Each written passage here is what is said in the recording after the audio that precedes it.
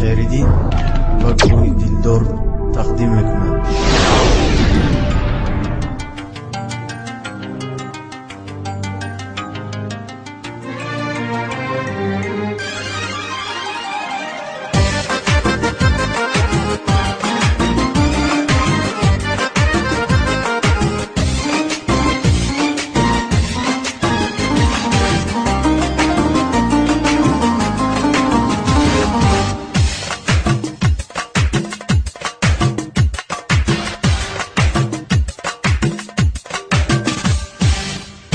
هرگاه به کسی تنها مانی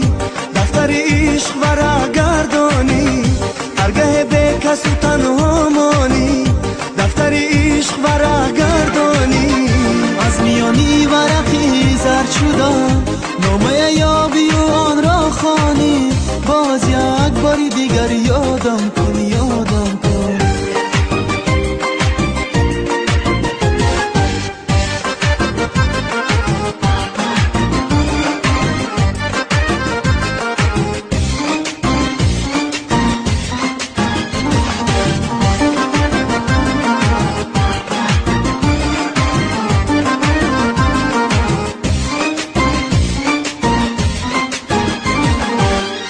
هرگاه فصل بهاران آید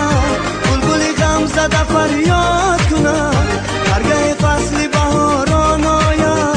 بلبل غم زده فریاد کند هر کلانه نفسی ناله خود دل گل باغی تو را شاد کند شاد کند شاد کند هرگاه به کس تنها مانی دفتر عشق ورق گردانی از میانی ورقی زرد شدم نامه یابی و آن را خوانی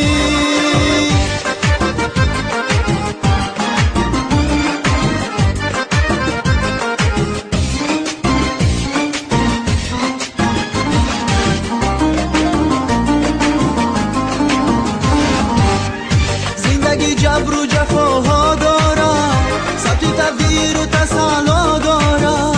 زندگی جبر و جفاها دارد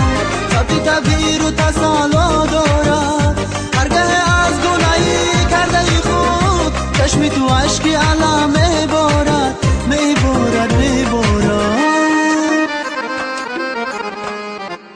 هرگاه به کس تنها مانی دفتر عشق ورق گردانی هرگاه به کس تنها